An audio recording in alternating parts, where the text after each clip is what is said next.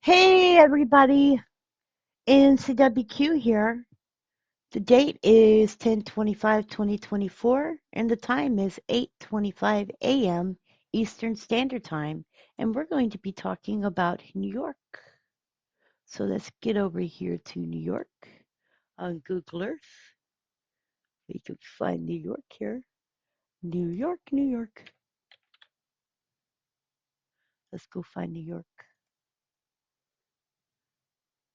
All right, so we have New York over here. There's New York, New York City.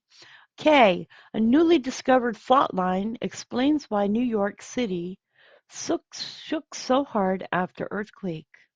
A newly discovered fault line in the Northeast may explain why April's 4.8 magnitude earthquake had very little impact near its epicenter in New Jersey, but shook millions of people 40 miles away in New York City.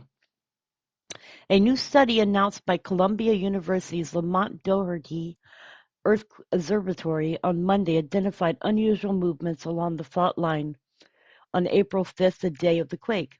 Researchers wrote that the fault line runs south to north and dips down into the earth at a 45-degree angle.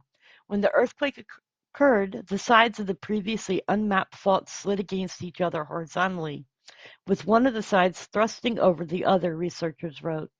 Seismic waves typically move towards the surface during such a rupture, causing most damage near the epicenter. But in April's quake, the force of the event traveled downward until it hit a thick layer of rock 20 miles below the Earth's surface. That's really deep. The seismic waves then bounced up toward New York City and elsewhere along the fault's path. The tremors were strengthened by the region's rocks, which are hard and dense, making them ideal conductors of energy according to the study. Near the epicenter, there was much less damage or shaking than expected from a magnitude 4.8 earthquake, and that was the one thing which was peculiar with the earthquake, said Columbia professor Won-Young Kim, one of the study's authors. In New York City, it was felt as an intensity 4, so you were shaking, so everyone will feel the earthquake. Researchers identified the new fault line by analyzing seismic activity between the surface and the moho, which is the layer between the planet's crust and the mantle. The earthquake rattled New York City's doors, walls, and windows. More than 150 buildings had minor damage, such as superficial cracks to masonry, according to the study. A school in Brooklyn had to close its gym for repairs. Gas and water pipes leaked in the Hudson Valley. In Newark, officials temporarily evacuated more than 2 dozen people from their homes to inspect possible damage from the quake. But nothing much happened in Tewksbury, the small town at the epicenter. More than 500 known quakes have hit the region since the 1600s, with much going unnoticed in the moment. Researchers suggested that seismic activity along the fault line could represent the greater threat than previously known. The realistic scenario will be that this kind of magnitude 5 earthquake will happen again. Usually it happens once in 100 years, but it can happen tomorrow. That is an unpredictable nature of earthquake occurrence in the area.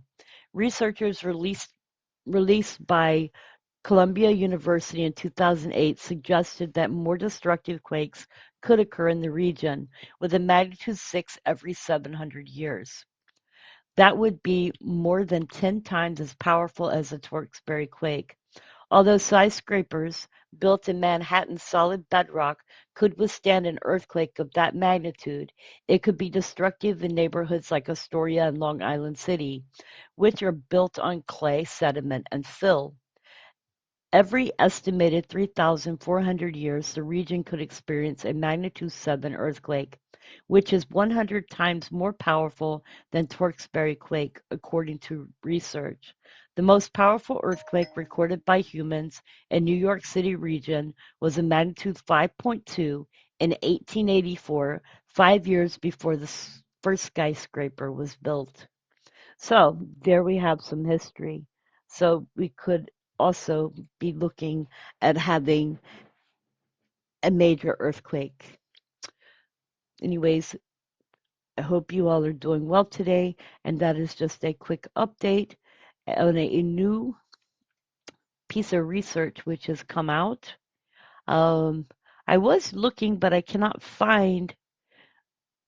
I might be able to find it. Hang on. Here we go. All right. I did find. Hang on. I did find this. So this this is a picture of the newly discovered fault line here.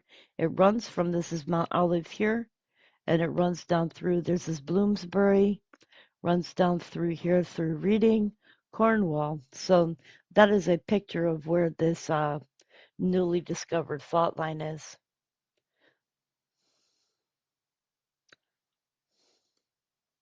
All right, you guys, I hope y'all are doing well, and I hope you all have a great day. Much love. And remember to tell someone that you love them. Remember, tomorrow is never promised.